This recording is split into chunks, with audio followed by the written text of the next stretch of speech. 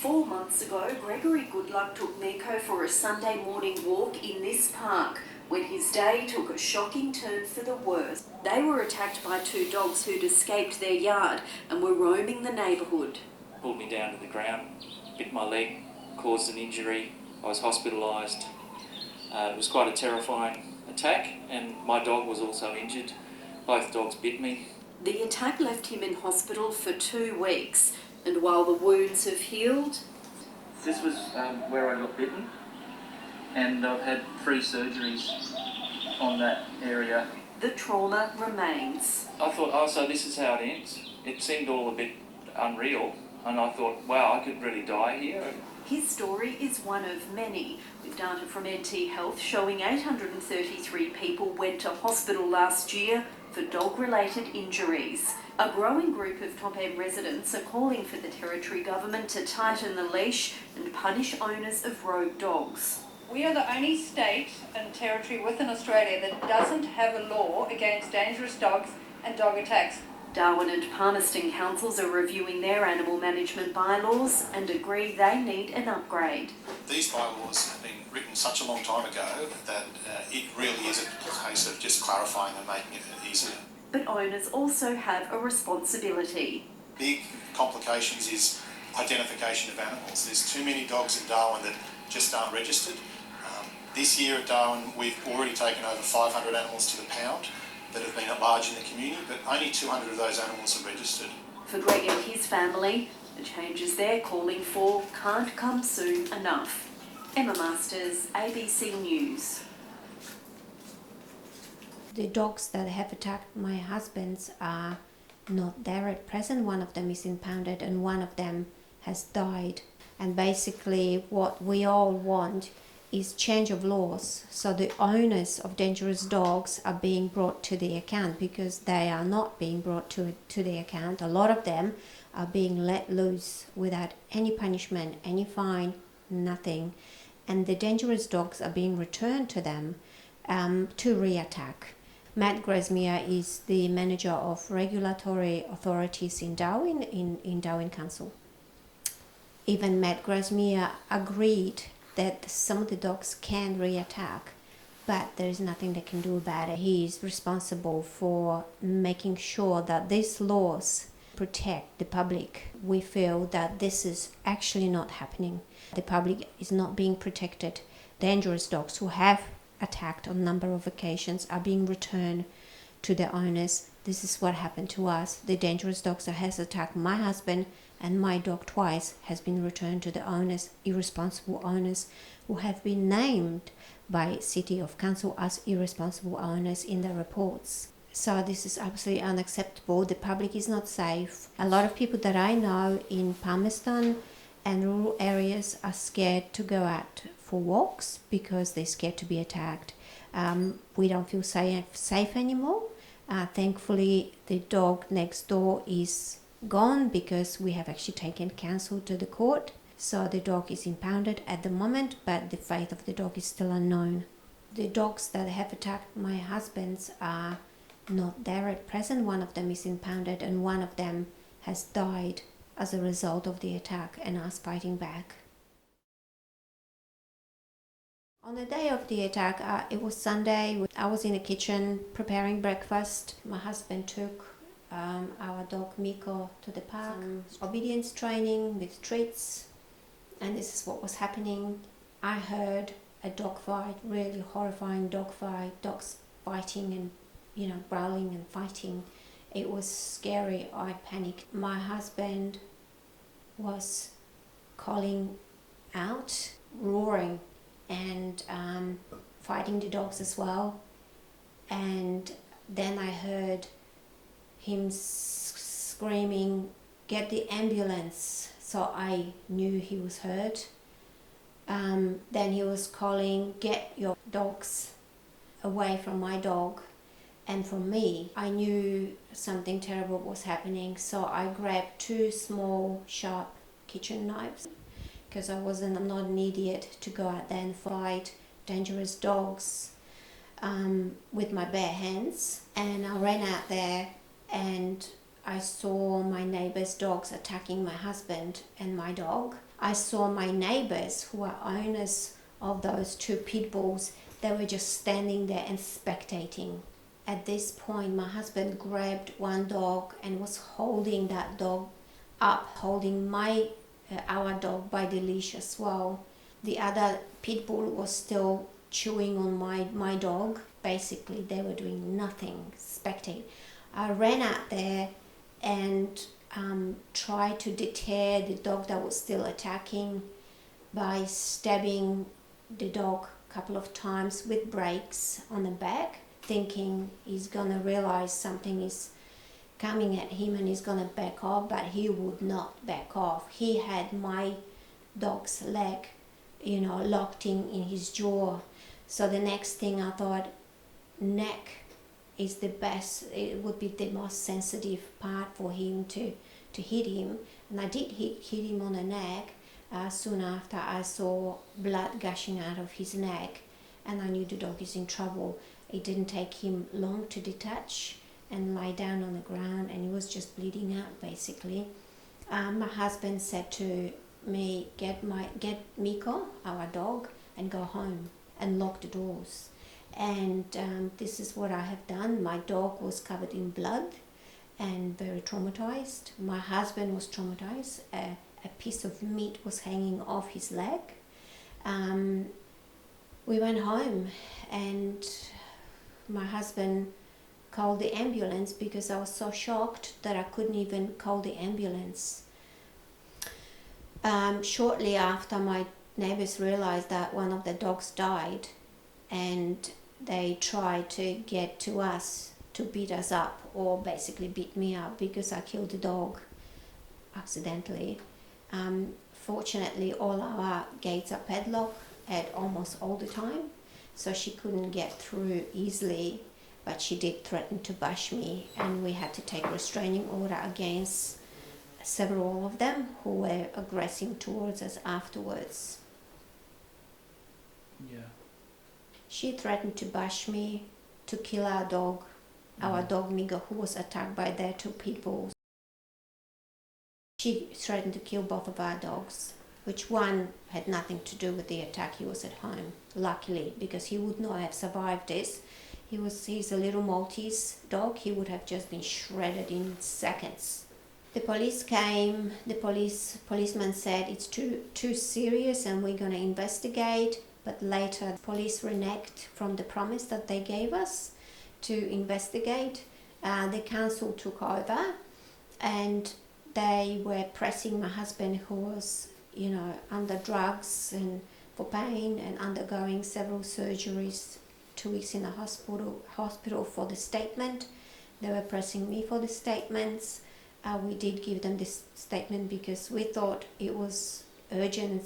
The urgency was to deal with the aggressive dog that attacked, and that they were going to put this dog down and didn't want to keep this dog in a pound unnecessarily, and unnecessarily inflicting pain or suffering on this dog. Unfortunately, this did not happen.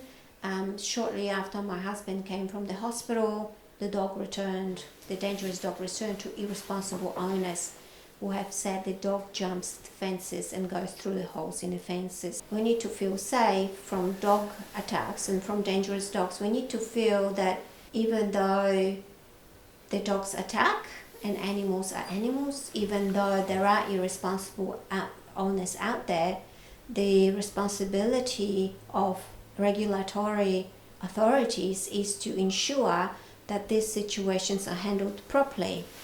By handled properly, I mean these dogs have been seized, investigation is being conducted, and these dogs who have attacked are not released to the community to re-attack.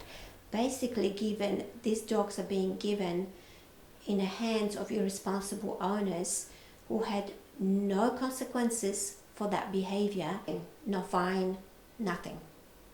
So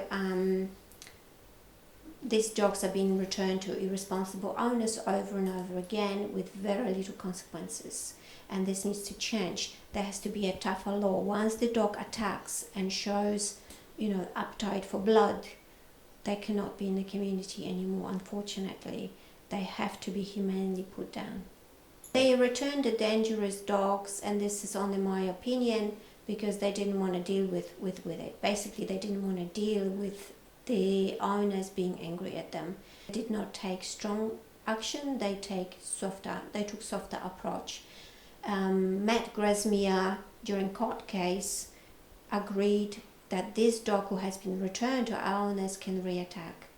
He knew that, but yet, due to negligence, he returned the dog.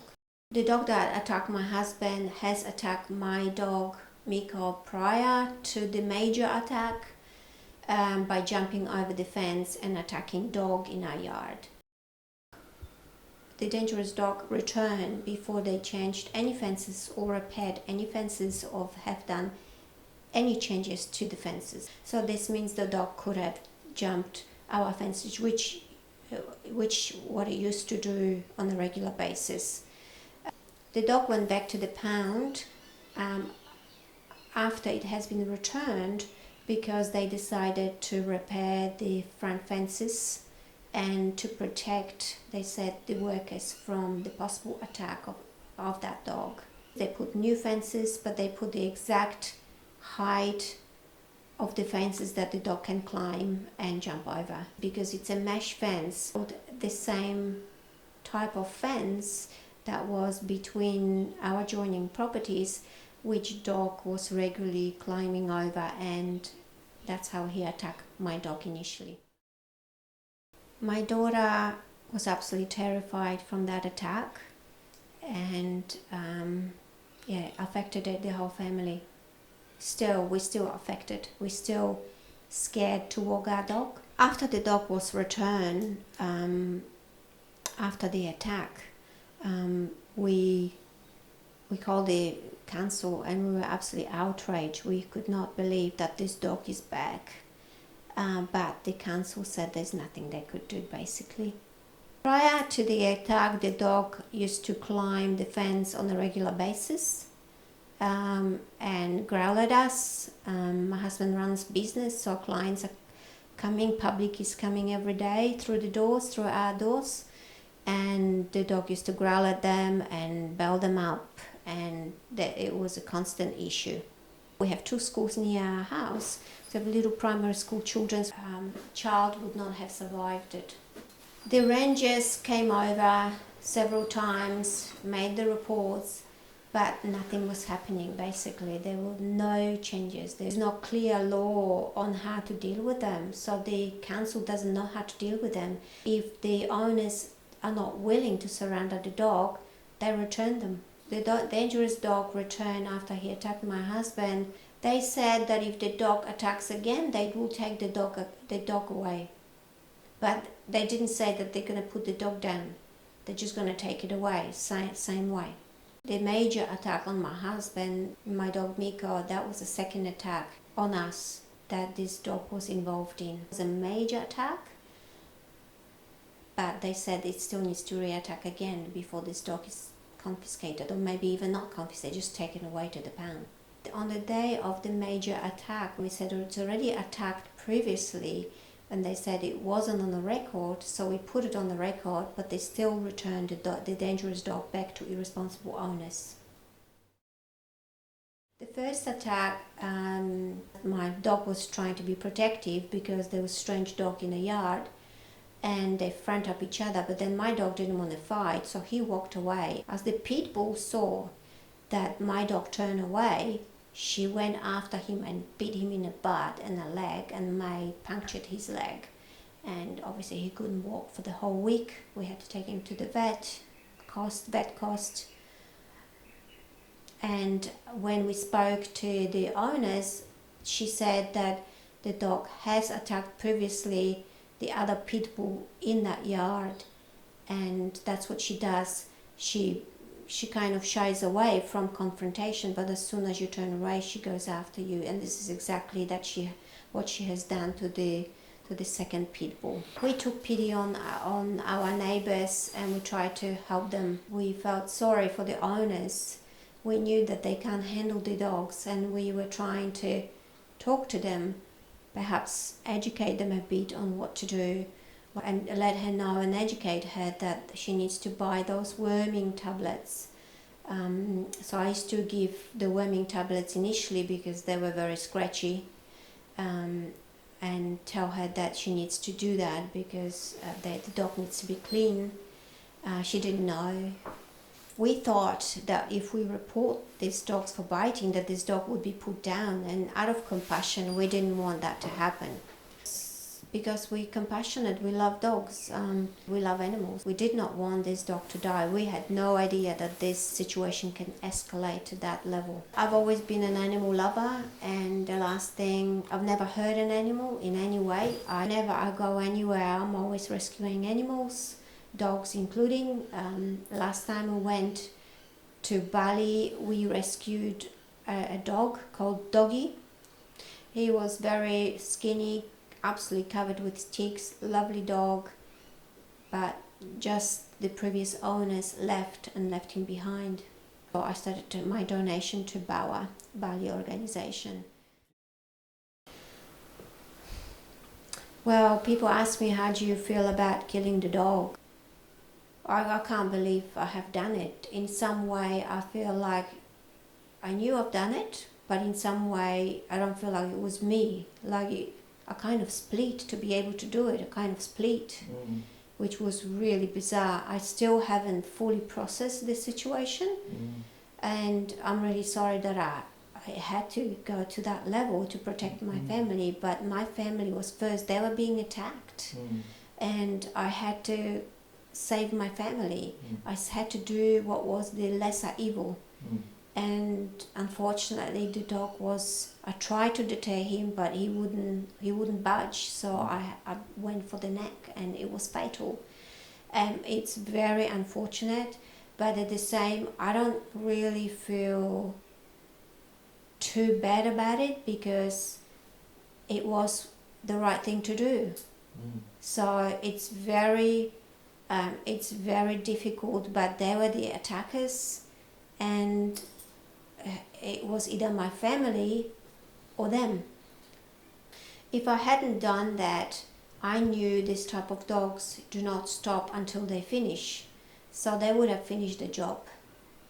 They probably would have killed my dog, Miko, and then they would have finished my husband.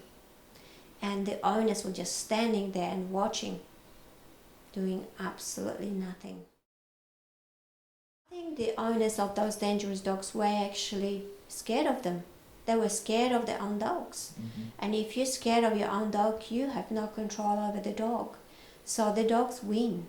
They were there, they were the alphas in this house, and they were ruling.